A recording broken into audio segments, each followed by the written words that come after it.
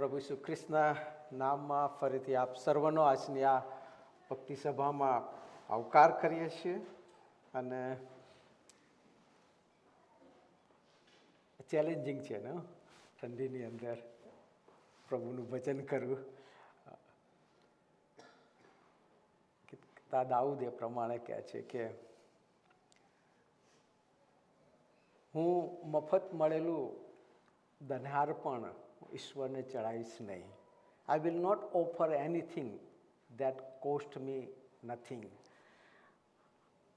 અને આપણી હાજરી એ બતાવે છે કે આપણો ઈશ્વર પ્રત્યેનો પ્રેમ એ પરિસ્થિતિ આધારિત ના હોવો જોઈએ.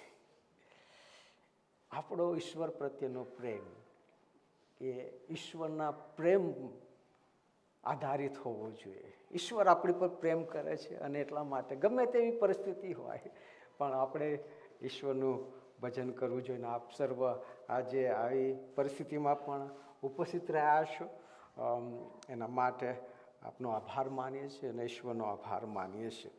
બહુ લાંબો સરમન નહીં આપું કારણ કે આ ઠંડીની અંદર બેસવું બહુ મુશ્કેલ છે. બહુ શોર્ટમાં પૂરું કરીશ. યાકૂબનો પત્ર અને તેનો 5મો અધ્યાય ને તેની 1 થી 11 કલમ સુધી આપણે આજે મનન કરવા માગીએ છીએ. આ યાકૂબ એ પ્રભુ ઈસુ ખ્રિસ્તનો ભાઈ છે.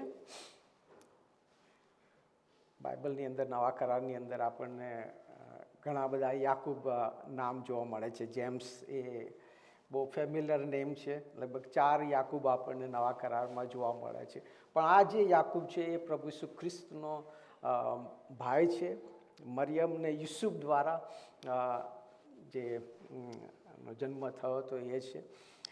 અને આ યાકૂબ એ પ્રભુ ઈસુ ખ્રિસ્ત પર વિશ્વાસ, જ્યારે પ્રભુ ઈસુ ખ્રિસ્ત જીવતા હતા ત્યારે પ્રભુ ઈસુ ખ્રિસ્ત પર એ વિશ્વાસ નહોતો કરતો.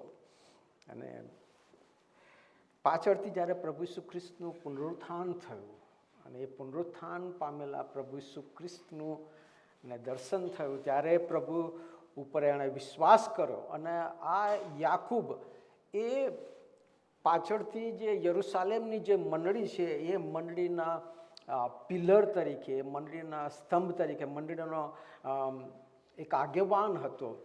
પિતર અને યોહાનની સાથે યાકૂબ એ યરુશાલેમ મંડળીનો આગેવાન હતો ને એણે આ પત્ર લખ્યો છે.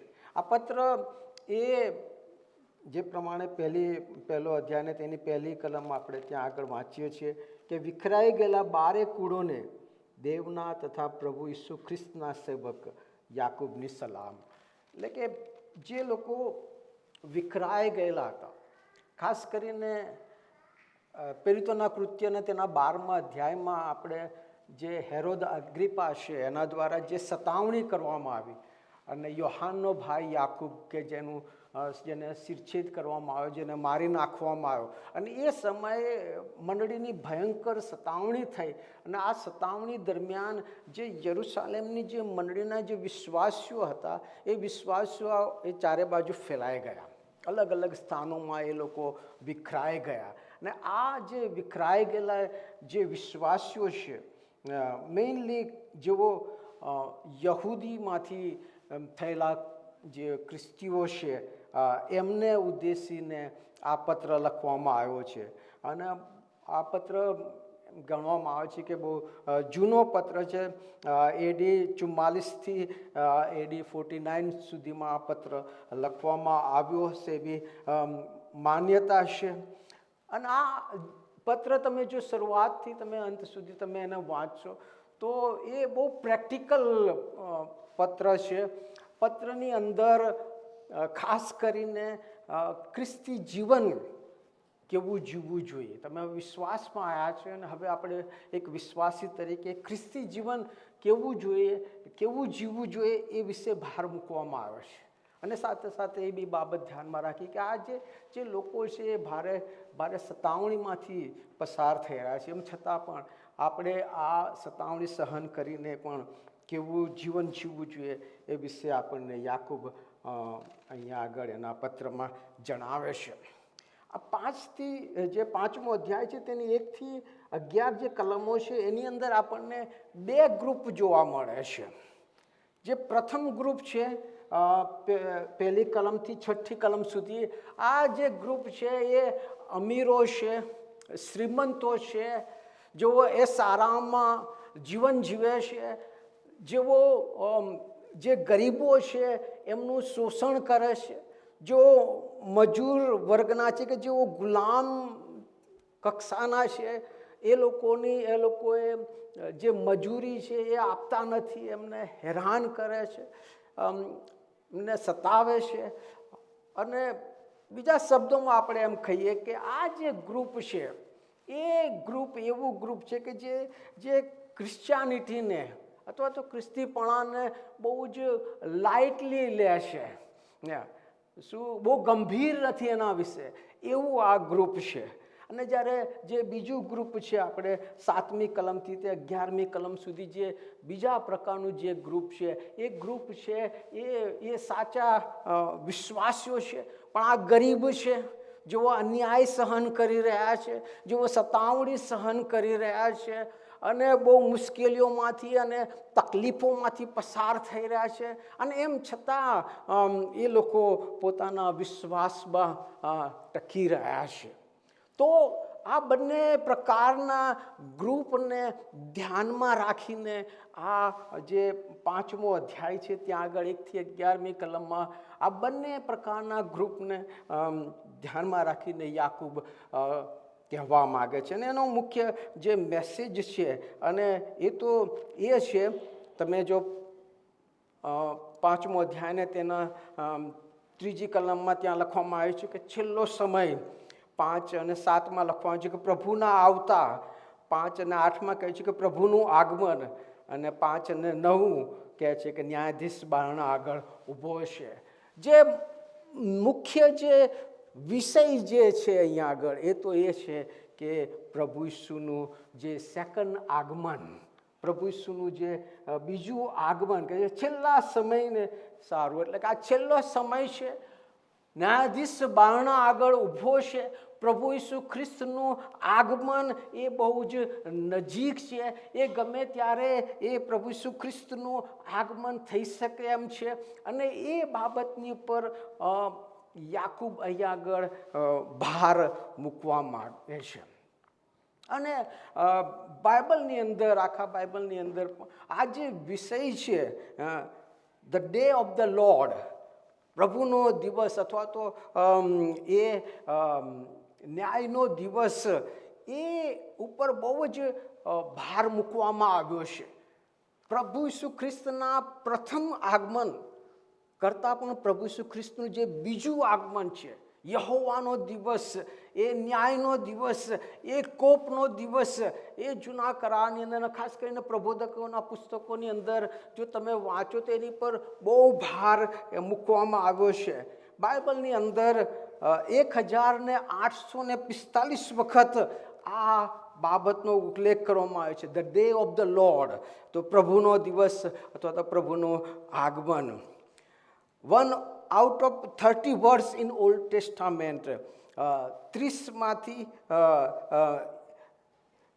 1 out of 30, દરેક 30 કલમમાં એક કલમ એ જૂના કરારમાં જોવા મળે છે, દરેક 13 કલમની અંદર એક કલમ એ નવા કરારમાં આપણને જોવા મળે છે. 7 out of 10 chapter in New Testament, 10 અધ્યાયમાંથી 7 અધ્યાય આપણે આ વિષય ઉપર જોવા મળે છે. પ્રભુ ઈસુનું સેકન્ડ આગમન, the day of the lord, પ્રભુ ઈસુ ખ્રિસ્તનો એ દિવસ, એ ન્યાયનો દિવસ કે જ્યારે પ્રભુ ઈસુ ખ્રિસ્ત એક રાજા તરીકે, એક ન્યાયાધીશ તરીકે એ પાછો આવશે, એની ઉપર એ બાઇબલની અંદર વિશેષ ભાર મૂકવામાં આવ્યો છે. એ પ્રમાણે મેં કહ્યું કે 1845 વખત એનો ઉલ્લેખ કરવામાં આવ્યો છે.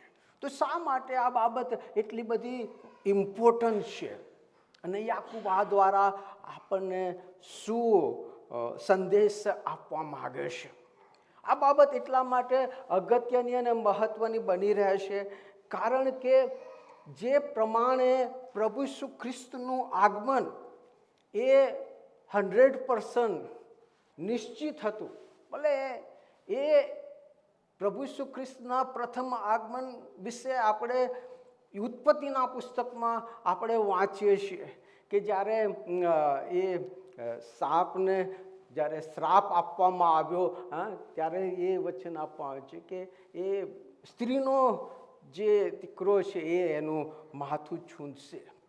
પણ એ હજારો વર્ષ થઈ ગયા પ્રભુ ઈસુ ખ્રિસ્તના પ્રથમ આગમનને. પણ જે ભવિષ્યવાણી બાઇબલમાં પ્રભુ ઈસુ ખ્રિસ્તના પ્રથમ આગમન વિશે કહેવામાં આવી હતી એ 100% પરિપૂર્ણ થઈ. પ્રભુ ઈસુ ખ્રિસ્તનું જે પ્રમાણે એમના વિશે કહેવામાં આવ્યું હતું એ પ્રમાણે એ જગ્યાએ અને એ રીતે એમનો જન્મ થયો. એટલે જેટલું સોલિડ અને સચોટ પ્રભુ ઈસુ ખ્રિસ્તના પ્રથમ આગમન વિશે જે કહેવામાં આવ્યું હતું એ જો પરિપૂર્ણ થયું છે, તો પ્રભુ ઈસુ ખ્રિસ્તના આ જે બીજા આગમન વિશે જ્યાં 1845 વખત એ લખવામાં આવ્યું છે પ્રભુ ઈસુ ખ્રિસ્તના સેકન્ડ આગમન વિશે, તો એ બાબત આપણને એ બતાવે છે કે પ્રભુ ઈસુ ખ્રિસ્તનું જો પ્રથમ આગમન એ 100% પરિપૂર્ણ થયું, તો આ પ્રભુ ઈસુ ખ્રિસ્તનું બીજું આગમન પણ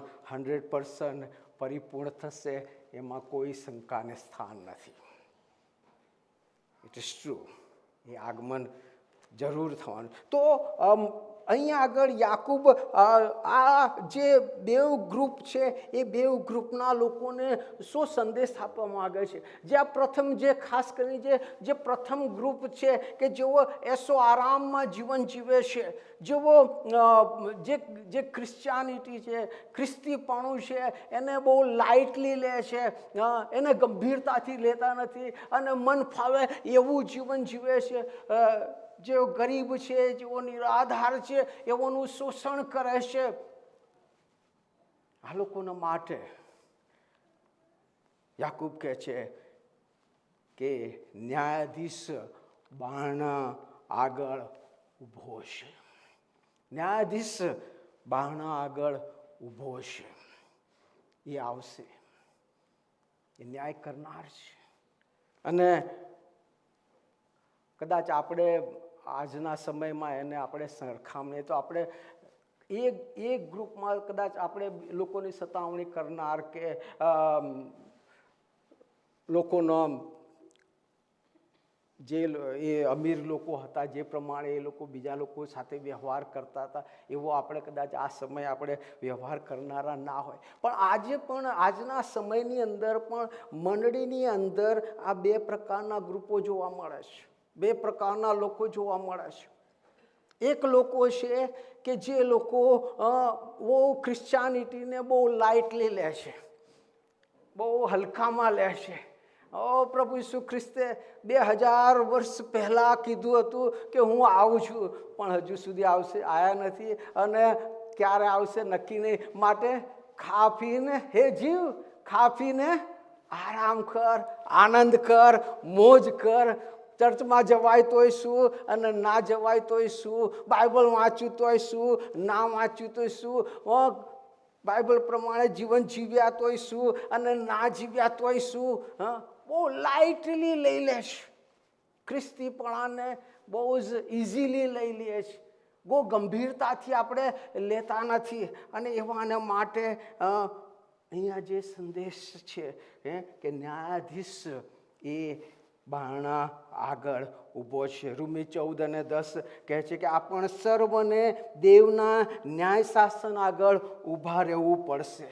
રોમી 14:12 કહે છે કે એ માટે આપણ દરેકને પોતપોતાનો હિસાબ દેવને આપવો પડશે.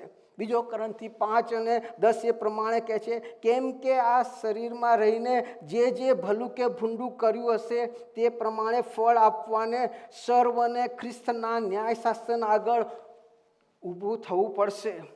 પ્રકટીકરણ 2:13 કહે છે કે મન તથા અંતઃકરણનો પારખનાર હું છું, તમારા દરેકને હું તમારા કામનો બદલો આપીશ. તમારા દરેકને હું તમારા કામનો બદલો આપીશ. જુઓ હું થોડી વારમાં આવું છું ને દરેકને તેની કરણી પ્રમાણે ભરી આપવાનો બદલો મારી પાસે છે. જો હું થોડી વારમાં આવું છું અને તમે દરેકને ભરી આપવાનો બદલો મારી પાસે છે. જે માપથી તમે ભરી આપો છો એ માપથી તમને પાછું ભરી આપવામાં આવશે. એમાં કોઈ શંકાને સ્થાન નથી. આપણે દરેકે ઈશ્વરના ન્યાય શાસન આગળ ઊભું રહેવું પડશે. એ 101% એ સચોટ છે, સાચું છે. અને એટલે આપણે ઊંઘમાંથી જાગવાની વેળા આવી ગઈ છે. એ ગમે ત્યારે એનું આગમન થશે. અને આ જે બાબત યાકૂબ અહીંયા જે પ્રથમ ગ્રુપ છે એમને ચેતવણી રૂપ કહી રહ્યો છે કે પ્રભુ ઈસુ ખ્રિસ્તનું જે બીજું આગમન છે એ સચોટ છે, એ જરૂરથી થવાનું છે, એ જરૂરથી આવવાનું છે. અને હવે એ કોઈ ઉદ્ધાર કરતા કે કૃપાળુ કે દયાળુ કે કરુણાળુ ઈશ્વર તરીકે નહીં, પરંતુ એક ન્યાયાધીશ તરીકે આવશે. એ રાજાઓનો રાજા અને પ્રભુઓના પ્રભુ તરીકે એ આવનાર છે. એના માટે તમે બી રેડી, તમે તૈયાર થઈ જાઓ, તમે તૈયાર થઈ જાઓ. બી રેડી.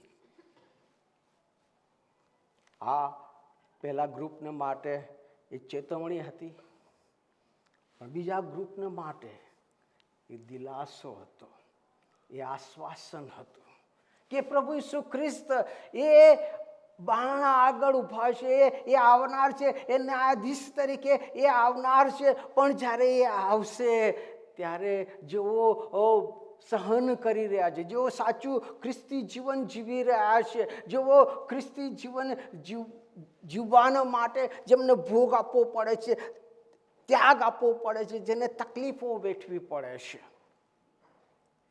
પ્રભુ કે એ આવશે ત્યારે કહે છે કે જો હું થોડી વારમાં આવું છું અને દરેકને તેની કરણી પ્રમાણે ભરી આપવાનો બદલો મારી પાસે છે. I have the reward. હું એ રિવોર્ડ લઈને આવું છું. હું તમારા આંખોમાંના દરેક આંસુને હું શું કરીશ? લૂછી નાખીશ. હું તમારા આંખોમાંથી જે આંસુ છે એને હું લૂછી નાખીશ. હું તમને દિલાસો આપીશ અને હું જ્યાં છું ત્યાં હું તમને લઈ જઈશ. હાલેલુયા.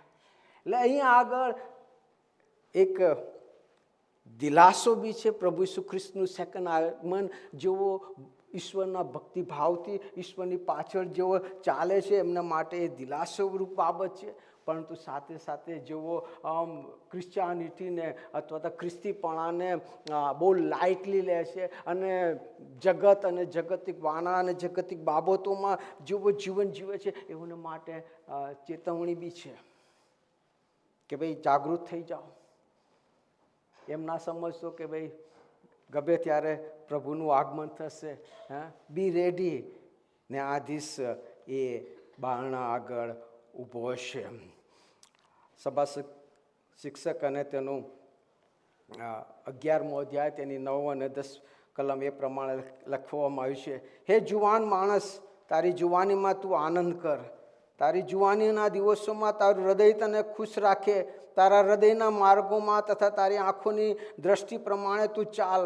પણ તારે નક્કી જાણવું કે આ બધી બાબતો વિશે ઈશ્વર તારો ન્યાય કરશે. ઈશ્વર તારો ન્યાય કરશે. હિબ્રુ 9 અને 22 ત્યાં લખવામાં આવ્યું છે કે એ નિશ્ચિત છે કે માણસે એકવાર મરવું અને ત્યાર પછી ઈશ્વરના ન્યાય શાસન આગળ ઊભું રહેવું એ નક્કી છે. એ નિર્માણ થયેલું છે. અને એટલા માટે આપણી જાતોને આપણે તપાસીએ કે આપણે ક્યાં છીએ. આપણે ક્રિશ્ચિયાનિટીને, ખ્રિસ્તીપણાને આપણે ગંભીરતાથી લઈએ છીએ કે નથી લેતા.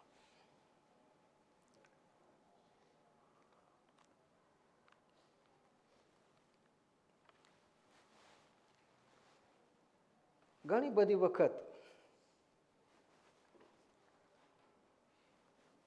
આપણે આ બધું આજે મેં બધું કીધું ને એ બધું આપણે બધા વાંચેલા છે, આ બધું વાંચ્યું છે, આપણે બધાએ વાંચ્યું છે ને, બાઇબલમાં લખેલું છે. હું મારું કશું નથી કહેતો, આ બધું બાઇબલમાં લખેલું છે.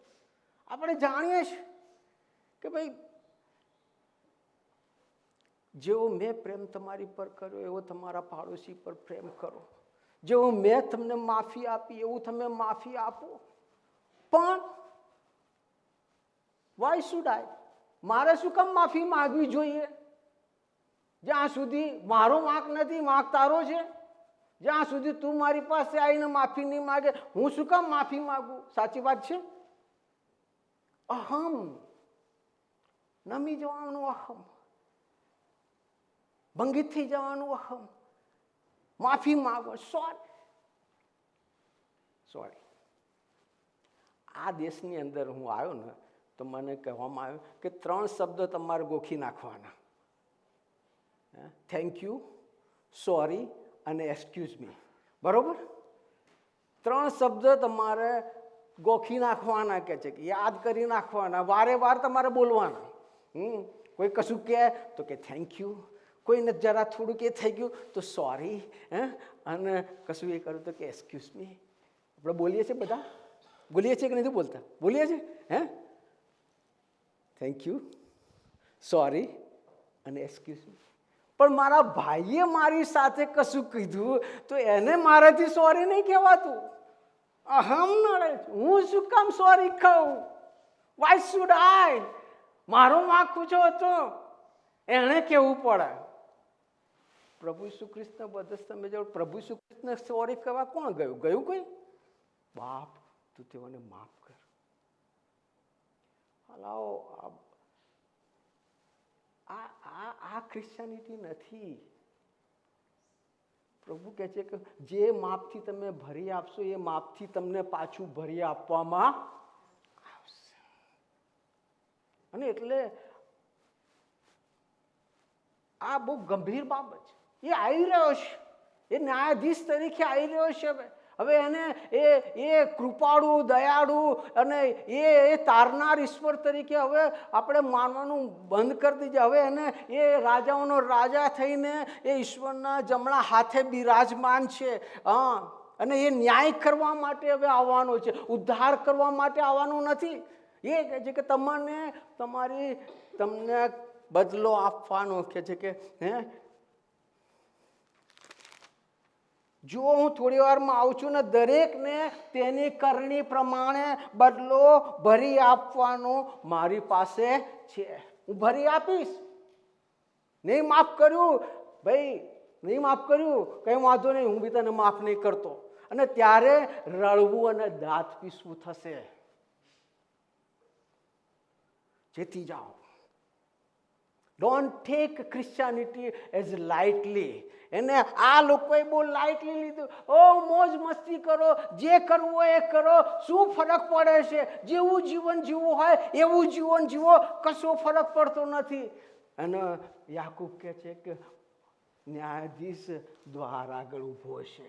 He will come and he will judge you according to your deed. એ મારી કરણી પ્રમાણે, તમારી કરણી પ્રમાણે આપણો ન્યાય કરનાર છે. દરરોજ સવારે જ્યારે હું પ્રાર્થના કરવા ઉઠું છું ને ત્યારે એક પ્રાર્થના કરું છું: પ્રભુ, આજે મારી પાસે આ 24 કલાક છે અને આ 24 કલાક હું એવું જીવન જીવવા માંગુ છું કે જેથી કરીને હું કાલે તમારે ન્યાય શાસન આગળ ઊભો રહું તો મારે શરમાવું ના પડે. Living in the light of eternity, એને કહેવામાં આવે છે અનંતકાળિક જીવનના પ્રકાશમાં જીવન જીવવું. કે ભાઈ એ સભાનતા સાથે જો આપણે જીવન જીવીશું, yes, tomorrow I have to stand before the God of God and the Lord. આવતીકાલે મારે ન્યાયાધીશની આગળ ઊભા રહીને આ શરીરમાં રહીને જે કંઈ ભલું કે ભૂંડું કર્યું છે એનો મારે હિસાબ આપવાનો છે. એ જો સભાનતા સાથે આપણે જીવન જીવીશું તો પછી આપણે ક્રિશ્ચિયાનિટીને લાઇટલી નહીં લઈએ. આપણે લાઇટલી લઈ લઈએ છીએ. એનું કારણ કે આ સભાનતા સાથે આપણે જીવન જીવતા નથી. આપણે એમ જ માનીને જીવન જીવીએ છીએ કે મારી પાસે તો વર્ષો સુધી જીવન જીવવાનું છે, મારે તો હું તો અમરપટ્ટો લઈને આવ્યો છું, જાણે કે હું ક્યારે મળવાનો જ નથી. અને એટલા માટે વી ટેક ઇટ લાઇટલી. પણ આજે આપણને પ્રભુનું વચન બહુ જ ગંભીર ચેતવણી આપે છે. અને એટલા માટે યાકૂબ અહીં આગળ પહેલા ગ્રુપને ફર્સ્ટ બાબત કહે છે. યસ, બંને ગ્રુપના માટે, પહેલા ગ્રુપના માટે ચેતવણી છે, બીજા ગ્રુપના માટે આશ્વાસન છે. અને આગળ 7મી કલમથી અહીંયા આગળ યાકૂબ જણાવે છે, અહીંયા કે 7મી કલમ કહે છે, એ માટે ભાઈઓ પ્રભુના આવતા સુધી ધીરજ રાખો. આ લોકો સતાવણી સહન કરી રહ્યા હતા. એમને માટે ખ્રિસ્તી જીવન જીવવું એ બહુ મુશ્કેલ બાબત હતી, કઠણ હતી.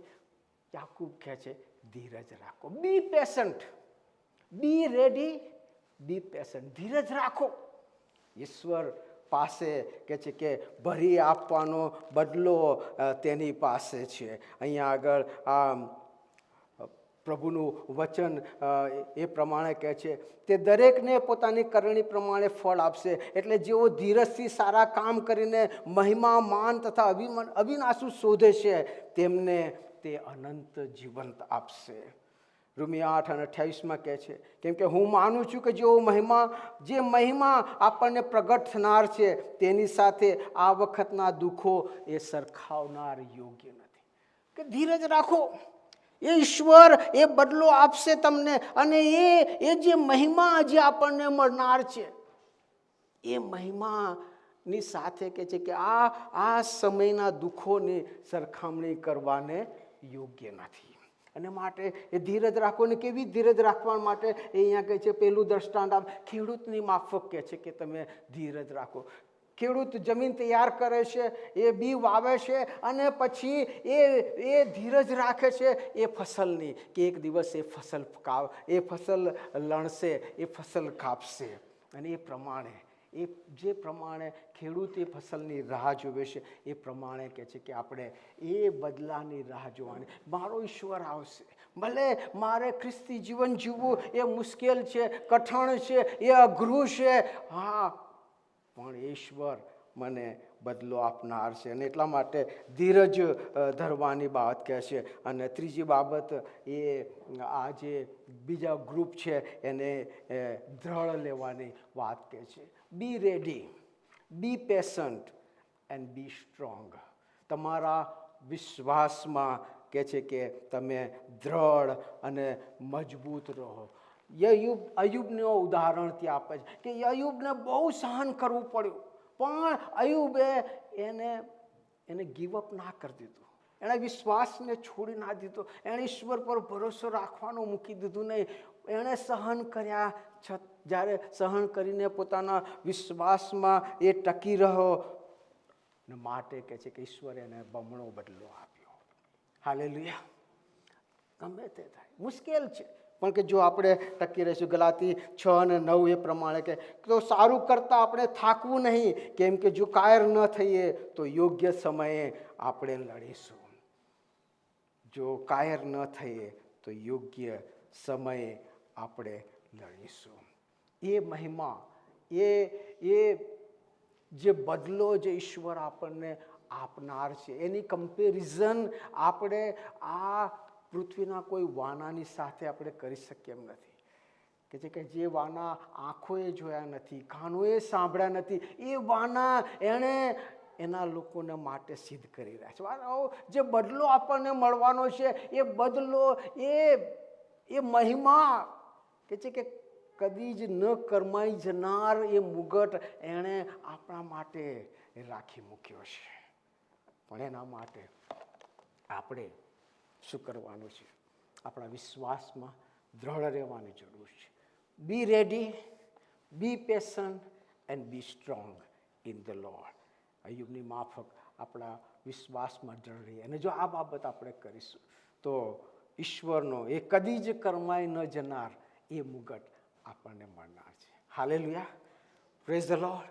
પ્રભુ આપણને કૃપા આપે. આપણે ક્રિશ્ચિયાનિટીને બહુ લાઇટલી ના લઈએ, પણ એને બહુ ગંભીરતાથી લઈએ. અને ભલે ગમે તે થાય, પણ પ્રભુના વચનો અને અનુસાર જીવન જીવનારા રહે. ભલે એના માટે ઠંડીમાં બેસી રહેવું પડે, પણ ઈશ્વર એનો બદલો આપણને આપનાર છે. હાલેલુયા.